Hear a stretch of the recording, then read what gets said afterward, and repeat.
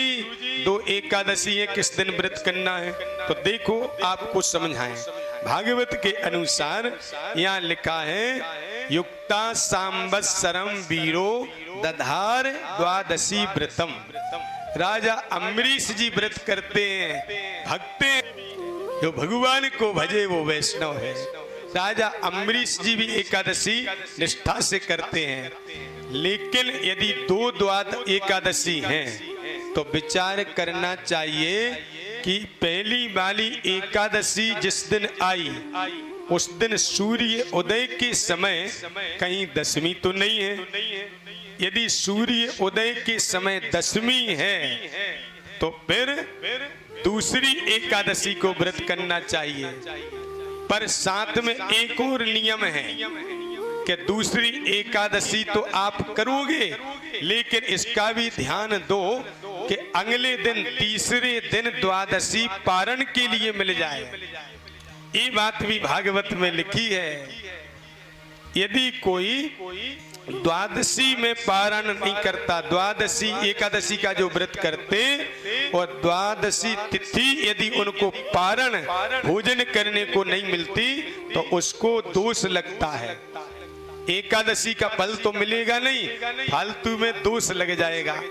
इसलिए दूसरी एकादशी का विचार जब करे कि तीसरे दिन द्वादशी है कि नहीं, चाहे वो आधा मुहूर्त हो, चाहे एक घड़ी हो, 24 मिनट ही हो, आपको सूर्य उदय के बाद द्वादशी मिल रही पारण करने के लिए तब तो ठीक बात है।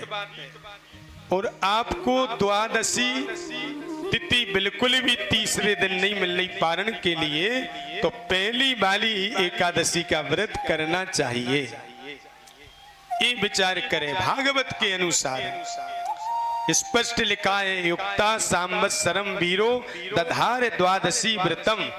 द्वादशी विद्या व्रत करना चाहिए, श्रेष्ठ है। दशमी यदि सूर्योदय के समय है और एकादशी आ गई और अगले दिन एकादशी दूसरे दिन थोड़ी भी है, एक घड़ी आधी घड़ी चाहे 10 मिनट ही है, पर सूर्य उदय के समय अगले दिन है तो दशमी विद्या एकादशी का त्याग करके दूसरी एकादशी जो द्वादशी से युक्त है, द्वादशी प्रधान एकादशी है, उसमें व्रत करना चाहिए। ये भागवत में आदेश है। लेकिन तीसरे दिन द्वादशी होना चाहिए पारण करने के लिए, क्योंकि एकादशी का फल उसी को मिलता है जो द्वादशी में पारण कर ले।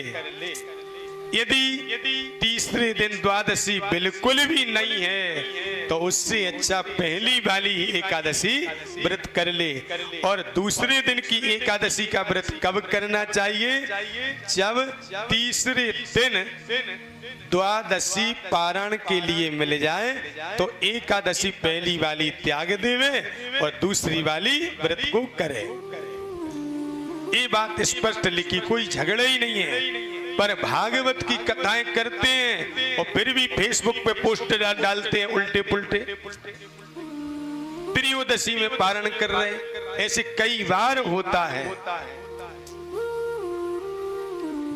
स्पष्ट लिखा मुहूर्ता धाव शिष्टायाम द्वादश्याम पारणम प्रति। राजा अम्बरीश द्वादशी प्रधान व्रत करते थे, लेकिन अगले दिन द्वादशी केवल 24 मिनट। अब क्या करें, आधे मुहूर्त द्वादशी है। एक ब्राह्मण है दुर्वासा, उनको निमंत्रण दे रखा है, अब वो जाने कब आएंगे भोजन करने। अब अम्बरीश जी भयभीत हुए। शास्त्र में लिखा है ब्राह्मण को निमंत्रण दिया है, द्वादशी के दिन तो उनको भोजन करा के ही पारण करना चाहिए। अब शास्त्र में ये भी लिखा है कि द्वादशी में ही पारण करना चाहिए। अब मैं क्या करूं, ब्राह्मण देवता जाने कब आएंगे, द्वादशी थोड़ी सी बची जाने वाली है, हे ब्राह्मणों पुजारी बचा लो। अनेक ब्राह्मण जो सामने थे उनसे प्रार्थना करी, क्या करें, तो सबने शास्त्रों को चिंतन किया। ऐसा भागवत में वर्णन आया है। शास्त्र चिंतन करने के बाद समाधान खोजा कि चिंतया माम दास धर्मज्ञो दुजई तद धर्म संकटे।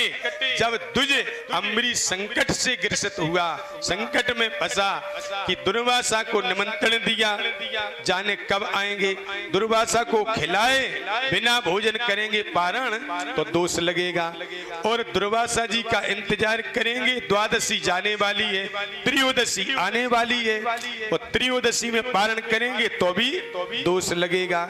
इस संकट में क्या करें? तब ब्राह्मणातिक्रमे दोषो, ब्राह्मणों ने दोष से बचने के लिए उपाय बताया।